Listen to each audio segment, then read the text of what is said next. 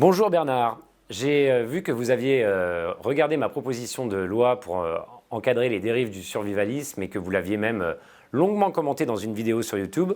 Donc je voulais vous apporter quelques éléments de réponse, à défaut de vous convaincre de sa pertinence.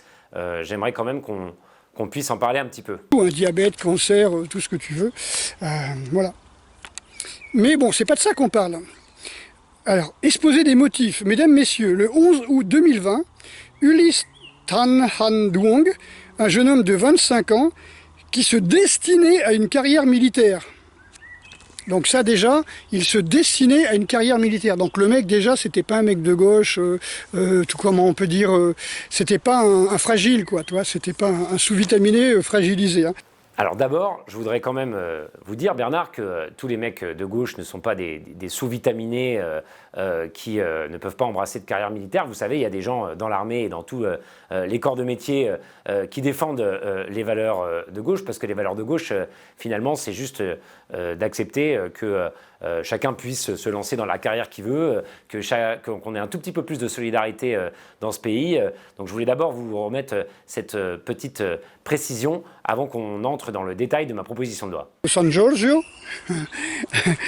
faut plus dire qu'on fait du survivalisme, faut dire qu'on fait de la collapsologie, jusqu'au moment où ils disent mais la collapsologie c'est une menace associée ou une dérive du survivalisme. Et par exemple, demain, j'emmène des cibles dans les bois, on lance des couteaux sur les cibles, c'est une dérive du survivalisme. Parce que le mec, il va aller chasser le sanglier avec des couteaux, toi. Il va lancer les couteaux.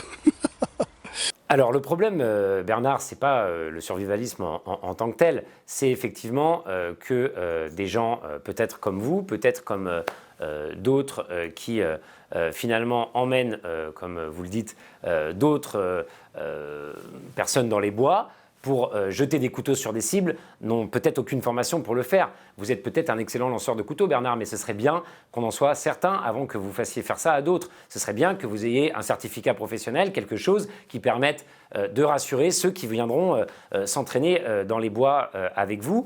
D'autant qu'encore une fois, le survivalisme, qui peut être une pratique comme ça, qui n'est pas condamnable en soi, quand elle est liée effectivement à des peurs d'effondrement, parce que tout d'un coup, demain, il y aurait un réchauffement climatique, tout d'un coup, parce qu'il y aurait demain une guerre civile, eh bien, ça devient un petit peu plus dangereux quand même de se dire qu'on a des personnes qui ne sont pas qualifiées, qui emmènent d'autres dans les bois avec des armes pour peut-être demain être entraînés à les lancer contre d'autres personnes. Donc on n'est pas contre le survivalisme. Moi, je ne suis pas contre le survivalisme. Je voudrais juste être certain que les gens qui emmènent lancer des couteaux dans les bois soient habilités à le faire et ne soient pas animés par des intentions belliqueuses. Le 11 mai 2021, Valentin Marconne, survivaliste lourdement armé, fasciné par les arsenaux de guerre, c'est quand même son droit, hein. Les arsenaux, hein, c'est-à-dire que il aime bien les collections ou les arsenaux. Hein, je sais pas, moi j'ai 10-12 couteaux et baïonnettes, je crois, je sais même pas si j'ai 10 baïonnettes chez moi, donc j'ai un arsenal de guerre. Abat son patron et son collègue dans une scierie des Cévennes. Donc c'est un mec des montagnes, tu vois, c'est pas un bobo fragile non plus. Hein. Il est arrêté après une traque de plus de 3 jours, ayant mobilisé près de 350 militaires. Mais c'est pas lui qui les a mobilisés, les militaires, c'est ceux qui ont voulu le traquer parce que ce sont des incapables.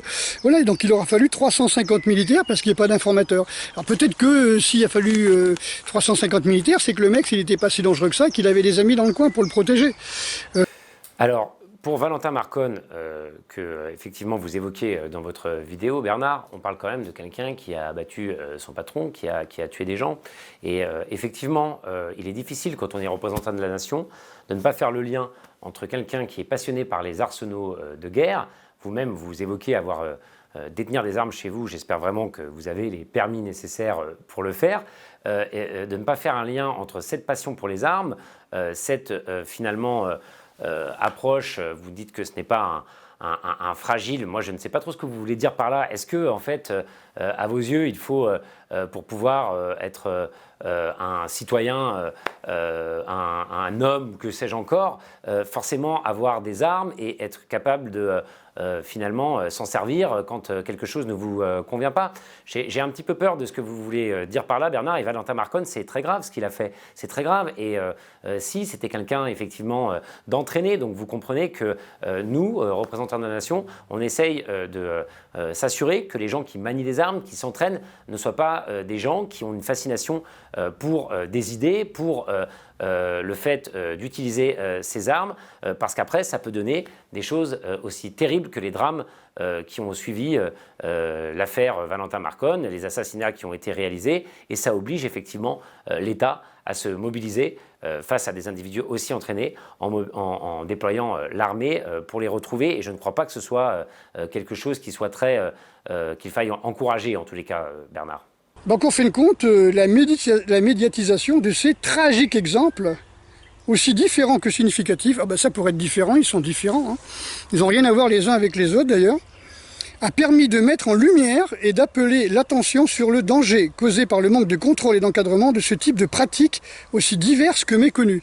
Par contre, aller vacciner des mecs, les flinguer, tu vois, leur donner 3 ans de vie, ou bien de les flinguer au Rivotril par des gens compétents, diplômés. Là. Alors si, Bernard, il y a des points communs entre les différents exemples que je cite dans l'exposé des motifs de la loi que je propose. C'est justement le fait qu'à chaque fois dans ces drames-là, on avait des gens qui pensaient que le monde allait s'effondrer, qu'il fallait donc s'entraîner, faire du survivalisme, pas juste pour le plaisir qu'on peut avoir à faire du sport en nature, à s'entraîner à un certain nombre de choses, parce que sur le plan de l'activité physique, sur le plan des loisirs, ça peut être intéressant. Ne vous inquiétez pas, on va toujours pouvoir regarder Rambo à la télé sans être poursuivi si ma loi est adoptée. Mais par contre, de penser que le monde va s'effondrer et que donc il faut absolument, puisque demain on aura cet effondrement qui est lié à, encore une fois, soit à la menace climatique, soit au fait que des gens viendraient de manière massive immigrer en France, ou que des gens qui sont par exemple de religion musulmane tout d'un coup voudraient s'en prendre aux Français, parce qu'il y a beaucoup de gens qui sont dans le survivalisme et l'ultra-droite qui pensent ça, et bien qu'il faut s'entraîner à faire face à cette menace. C'est ça le point commun, Bernard, entre les différents exemples que j'ai évoqués. Et oui, ça peut évidemment, si ça n'est pas du tout encadré, si on continue de laisser n'importe qui faire n'importe quoi dans les bois, emmener d'autres gens faire n'importe quoi dans les bois, ça peut mal tourner, surtout si tous ces groupes qui sont ensuite ultra entraînés et qui ont des armes pensent qu'il va falloir faire la guerre contre tel ou tel. C'est bien plus dangereux que de vacciner les gens qui, je le rappelle, au contraire, sauvent des vies. Hein, le vaccin, chaque jour, lui, sauve des vies. On estime, les mecs, ils estiment. Comme ils ont estimé que le masque, ça servait à quelque chose, et qu'il fallait enfermer les gens, alors que les pays qui ne l'ont pas fait ont eu moins de morts que nous. Mais eux, ils estiment que ce sont entre 100 000 et 150 000 personnes par an qui sont concernées. Mon Dieu, ils sont concernés. Combien de morts déjà dans les EHPAD ? Ils sont concernés, les mecs. 150 000 qui sont concernés. Ça veut dire qu'ils reçoivent peut-être... je sais pas moi, une annonce de stage, de survivalisme, ou qui regarde un Rambo. Oui, Bernard, on estime entre 100 et 150 000 personnes qui sont concernées par le survivalisme, parce que précisément aujourd'hui le gouvernement ne s'intéresse pas à cette question, et c'est le but de ma proposition de loi, c'est de savoir sur ces 100 ou 150 000 personnes, évidemment 90% d'entre elles vont être simplement des gens qui veulent pratiquer des stages de survivalisme dans les bois et qui vont peut-être le faire avec des professionnels. C'est ce que demande ma proposition de loi, que ce soit fait par des professionnels. J'en suis absolument certain. Mais il y en a peut-être 10%, 5% qui, eux, vont le faire dans des conditions absolument pas sécurisées pour les gens et qui peuvent effectivement conduire à la mort, parce que quand on n'a pas de formation pour le faire et qu'on donne à manger des herbes à quelqu'un, comme c'est arrivé pour le jeune Ulysse, on peut mourir. Quand on n'a pas de formation pour savoir manier les armes et qu'on apprend à quelqu'un à manier les baïonnettes ou à lancer des couteaux, on peut se faire mal. Et puis on peut aussi avoir un certain nombre de gens, encore une fois, qui sont des groupes qui, eux, veulent carrément renverser l'État, renverser la France, et qui donc s'entraînent pour le faire. Et cela, sur les 150 000, eh bien, il faut qu'on sache exactement combien ils sont et qu'on ne les laisse pas faire n'importe quoi dans les bois.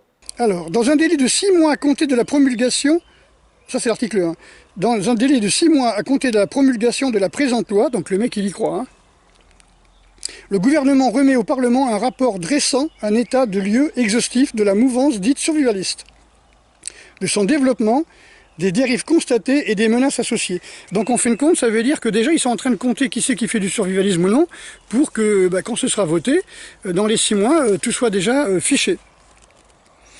Alors, article 2, le rapport mentionné à l'article 1er de la présente loi établit notamment que une estimation du nombre de personnes ayant participé à au moins un stage de survie, formation ou séjour assimilé. Alors, séjour assimilé, les copains. Tu vas faire du camping, tu dis à ta copine, bon, on va prendre ces nouveaux hamacs que l'on voit là dans les publicités sur Internet constamment. Et tu as un hamac que tu déplies, tu t'allonges comme ça entre forêt et plage. T'as pas ton frigo avec toi, c'est du survivalisme. Alors, personne ne veut ficher personne, on veut juste effectivement savoir dans les gens qui organisent des activités de survivalisme s'il y a des groupes qui veulent tout simplement mener des actions de terrorisme parce qu'ils estiment, comme ça peut être le cas du gourou Rémi Daillet qui voulait s'en prendre à des centres de vaccination ou à des centres de 5G, comme ça peut être le cas de Frédéric Limol qui était survivaliste et qui a abattu des gendarmes, que l'État français est en train d'organiser des choses de manière occulte contre les citoyens français et qu'il faut donc prendre les armes contre lui. Pour tous les autres, il n'y a aucun problème. La seule petite chose qu'on souhaite avec cette loi, c'est que pour ceux qui n'ont absolument aucune intention terroriste et qui veulent juste organiser des stages de survivalisme, eh bien effectivement, il y ait un minimum de qualification, un minimum de compétences pour ceux qui organisent ces stages, pour ne pas faire manger n'importe quelle herbe à n'importe qui, pour ne pas non plus que des gens qui ne savent pas utiliser des armes ou pas de manière sécurisée fassent utiliser ces armes à d'autres, parce que ça peut être extrêmement dangereux. Alors je vous invite tous à lire cette proposition de loi, vous pouvez suivre le lien qui est ici, elle est en ligne sur le site de l'Assemblée nationale et vous verrez qu'elle n'est absolument pas tournée contre le survivalisme en tant que tel, mais simplement qu'elle vise simplement à s'assurer que dans les groupes qui organisent des actions de survivalisme, il n'y ait pas des groupes qui aient de mauvaises intentions, des intentions violentes ou de terrorisme, et que pour tous les autres, on ait des formateurs ou des gens qui organisent des activités qui soient un tant soit peu formés, qui aient un tant soit peu de qualification avant d'emmener des gens pratiquer des activités qui peuvent être quand même dangereuses. On ne mange pas n'importe quoi dans la forêt sans avoir une formation pour savoir exactement ce qu'on donne à ceux qui suivent le stage. On ne manie pas des armes sans avoir une formation adéquate non plus. Et donc c'est vraiment ça que vise cette proposition de loi, simplement encadrer les pratiques un peu dangereuses ou les groupes carrément violents qui peuvent se revendiquer du survivalisme, certainement pas embêter tous les autres.